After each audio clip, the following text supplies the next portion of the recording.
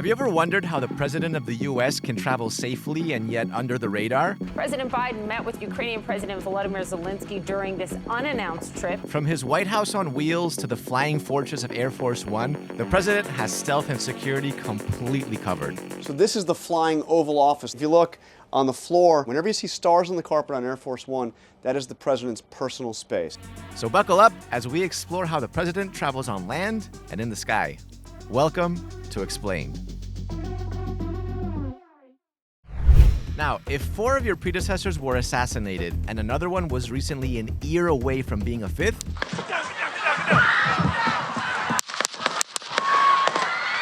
this might leave you a little bit, well, on edge. But this won't stop the presidents from traveling. President Biden traveled silently into Ukraine in February 2023 without anyone really knowing, and it was a full-on active war zone. Even the Russians were only given a 2 hours notice. So, how did he do this? Sneaking the leader of the free world into an active war zone isn't easy. We're here to stay. It took months of secret planning by a handful of officials from the Pentagon, the Secret Service, the intelligence community, and the White House. The president's super secured travel plans took months of careful planning. The trip to Ukraine was kind of different from those surprise visits to places like Iraq and Afghanistan because the U.S. doesn't actually have troops stationed on the ground there. But even with all of that planning, the president was only given the final okay for the visit just 24 hours before the president even left the country. And once they made the call, the White House still kept everyone guessing. Biden's public schedule didn't say a word about the trip. Instead, the White House put out a schedule for Monday saying President Biden would be in Washington during the day. That evening, though, he left for his trip to Ukraine. There was no flashy Air Force One for this journey. Instead, he took an Air Force C-32, and once he was up in the air, they switched the plane's call sign to SAM 060 instead of the usual Air Force One.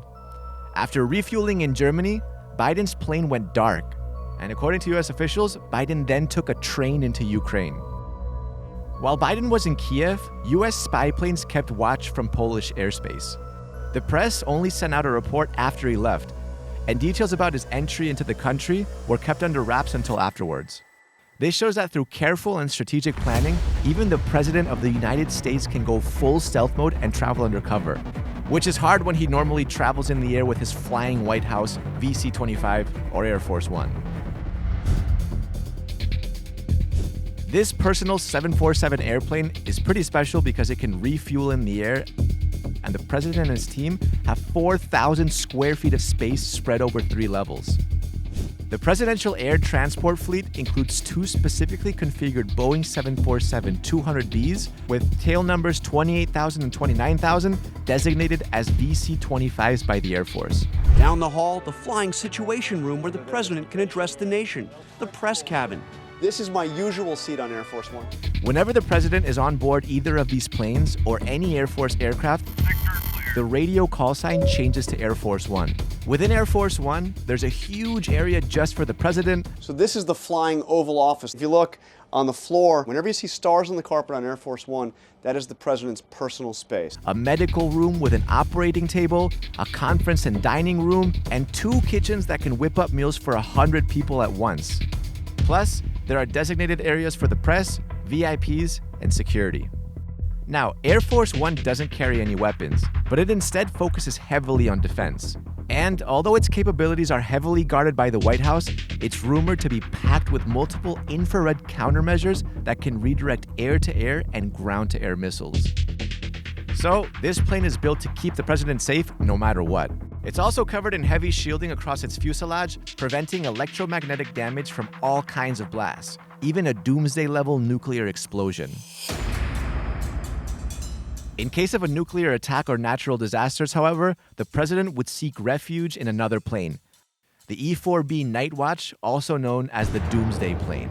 And there are 4 of these in operation, and one of them will always remain on standby 24/7. This militarized version of the Boeing 747-200 is a 4-engine, swept-wing, long-range, high-altitude beast that can even refuel in flight. Inside, the main deck is divided into 6 functional areas: a command work area, a conference room, a briefing room, an operations teamwork area, a communications area, and a rest area. This plane can also seat up to 111 people, and the E-4B is built tough to withstand electromagnetic pulses. In addition, it's got a state-of-the-art satellite communication system for global reach, keeping senior leaders connected from its airborne ops center. They've also beefed up its defenses with nuclear and thermal shielding, acoustic control, an upgraded tech hub, and better air conditioning to keep all those electronics cool. As you can see, the president has stealth and security covered in the sky. But how about on land? Well, this is covered with the famous motorcade. The rolling armored White House that moves from town to town every time the president visits. Setting up these motorcades is no joke. It's all managed by the US Air Force using big transports like the C-17 plane or sometimes the massive C-5 Galaxy plane. These planes haul the whole armored convoy and support crew wherever they need to go. The motorcade for the President of the United States comprises 40 to 50 vehicles. Traveling at the front of the motorcade are the police sweepers. These are followed by the route car and the pilot car. The route car runs ahead of the presidential motorcade, checking the route and giving security the heads up. It also shares intel with the whole motorcade. The pilot car does the same thing, but cruises just seconds in front of the motorcade. It's typically accompanied by police motorcycles, which block off intersections and overpasses. Next up is the president's security detail SUV, the Chevy Suburbans, aka the halfbacks. They're loaded with security service agents and decked out with police lights everywhere, on the bars, in the windows, even on the grills. These guys have a strict security playbook, usually with a sharpshooter in the back keeping an eye out. Driving in the middle of this armed fortress is, of course, the president's car, Cadillac One, which has been given the very appropriate nickname, the Beast, strong enough to withstand, well, anything. This 18-foot limo isn't just a car, it's basically a tank on wheels. And to throw off any potential attackers, it's always accompanied by a few lookalikes, so it's hard to know which one the president's actually in. Now get this, the Beast weighs in at a crazy 10 tons and comes packed with some insane defense features. We're talking top-level ballistic armoring, night vision, infrared driving systems, and even a sealed cabin with its own air supply in case of a nuclear, biological, or chemical attack. Yep, it's got smoke screens, and the door handles can deliver a 120-volt shock to any unwanted visitors. Something straight out of James Bond. The Beast even carries a fridge stocked with the president's blood type. Plus, it's rumored to have oil slick deployment, tear gas dispensers, and a state-of-the-art communication system so the president can stay connected and, if needed, dispatch nuclear codes at a moment's notice. Now, I know what you're thinking. What would happen if someone placed a bomb that could be detonated remotely and the Beast drove right over it? Well, the motorcade has this covered with the Electronic Countermeasures Vehicle, or the Watchtower. This can be easily spotted with their big antennas and domes on top. They're not just for show. They actively block signals messing with remote detonators and communications.